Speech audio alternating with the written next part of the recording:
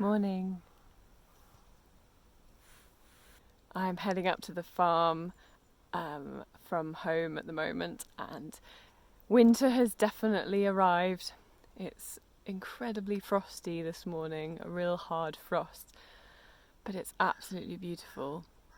It's just so pretty and properly wintry today. So this is the first test of my wee car, my wee 4x4 that I just got to see if it can get me up the hill. And I've just stopped off here at the wee loch, and so it's just a couple of swans there. It's really beautiful.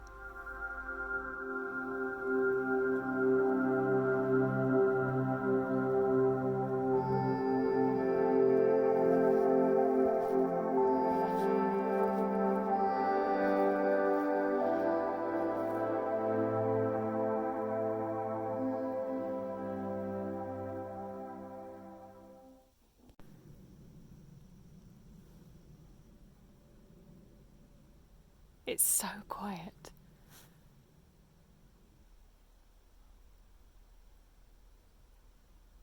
You occasionally hear an aeroplane or a bird.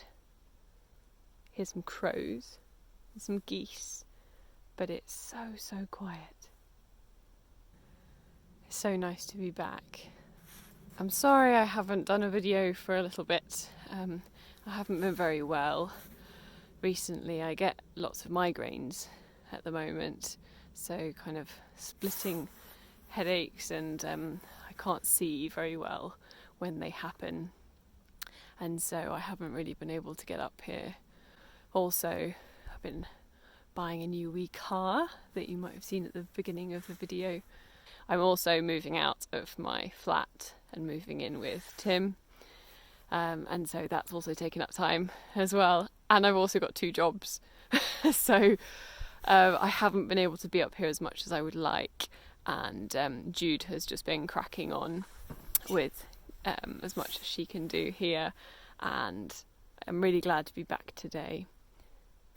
So I'm up at the farm today to start my mapping. This is for our permaculture design, and I'm starting to do the base map, or kind of the map of what's already here at the farm.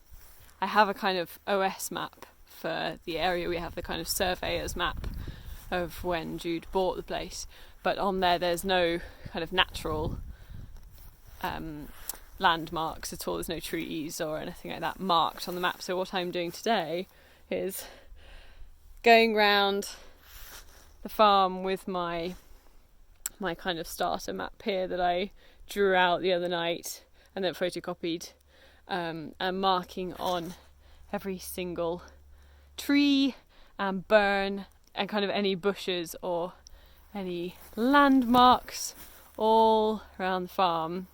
So you can see there's lots of trees. I'm not going to worry too much about the trees on the boundary around the outside, because I can just kind of draw a squiggle lot of trees. But we have some kind of prominent trees, like this big Sitka spruce behind me here, that are just kind of dotted around the farm, and it's important for us to have them mapped so that we can make sure that they don't impinge on our veg growing plans with their shade or anything like that, or we can utilise the trees for wind breaks as well, and protecting any of our growing from the really strong winds that you can get up here. I'm trying to ID the trees as I go round, and I'm quite good at tree identification. I did my ranger training with the Scottish Wildlife Trust and the National Trust for Scotland, but quite a few years ago, and I'm pretty good at identifying trees, so this is quite easy. This one, it's a Sitka spruce because it's spiky, and yeah, it's obviously an evergreen as well, but I'm not quite sure what this one is. I'm not sure if it's a really small beech, or the leaves kind of look like slightly aspeny. I'm not quite sure, so I'm going to take some leaves home and ID them when I've got access to some books or the internet as well, because it'll be really nice to know exactly what tree species we have here.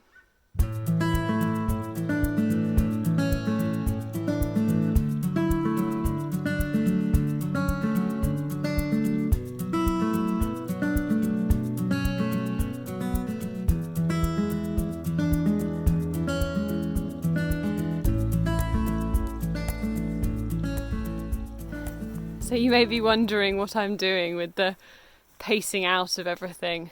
I'm pacing out where all of the features are in the landscape, so things like the telegraph poles and the gates and where the trees start and everything like that. I don't have kind of newfangled technology to help me.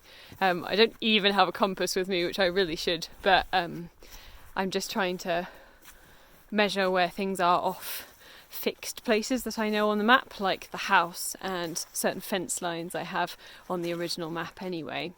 So yes, I'm just trying to do my best. So far these are the kind of scribbles that I've got on our map, with trees and the burn and bushes, telegraph poles and compost bins. The farm is actually much bigger than this, but this is the area that we're really going to be working on mostly. This is our kind of zone 1 and 2 of our permaculture plan. So you can only tackle one piece at a time, really, and even though there's millions of things that we really want to do on the farm, zone 1 and 2 are going to be the main things that we start with.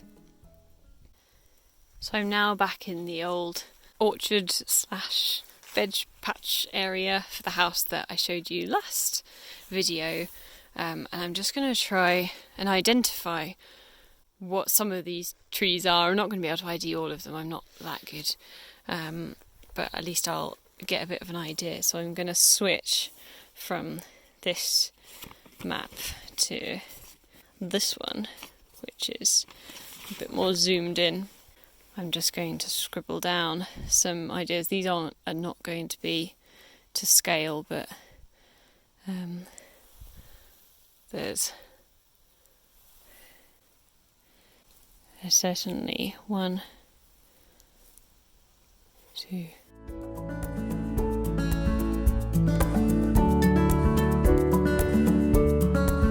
Nine trees in here. So I'm going to go round and try and ID them all. Now this one here is a hazel. You can tell by the big floppy leaves and the hazelnuts just there. And also, because it's obviously been coppiced at some point, there's all this regrowth underneath. So that is this one. So that's a hazel. And I'm just going to keep going around like that and do my best to ID all of these.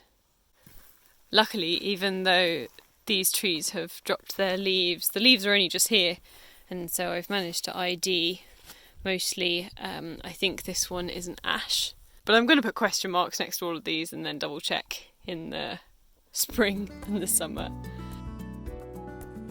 So that is my attempt done to turn that into that. And it might not look like it makes sense, but it makes sense to me. I'm just checking in on our compost at the moment. So these are our compost bays that we've just got started. So this is very new chicken bedding and shredded paper, and that's looking really good. And then further on, this is some slightly older compost that we collected from Jude's old house, her old compost bin. And neither of those are frosty, which is wonderful. It means they must be quite warm. And everything's looking really nice in there. So we got our soil samples back, taken from all over the farm. And there was nothing really bad, which was great. Basically, it was just explaining that everywhere is really acidic, which I was expecting anyway. Pretty much any ground that has been farmed over and over and over again and maybe not looked after in the last few years would mean that it's acidic, which is not the end of the world. It can be rectified and can be done organically as well by adding lime. So it puts us at slight quandary though, because the area that we want to use maybe to grow vegetables in is acidic, and I was questioning the soil scientist a lot about how it would be possible to add lime without digging, because we want to start and run our food co-op with the principles of no dig.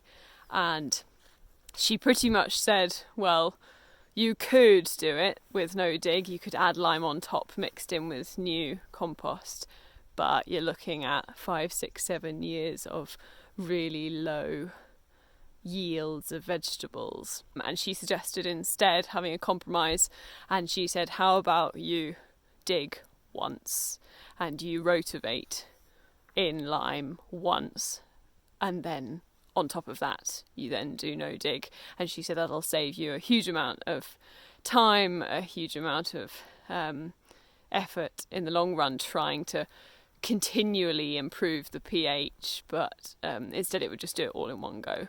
So I think that's probably the route that we're going to go down, because we really want to have vegetables in the next year or so and not have to wait a really long time for them.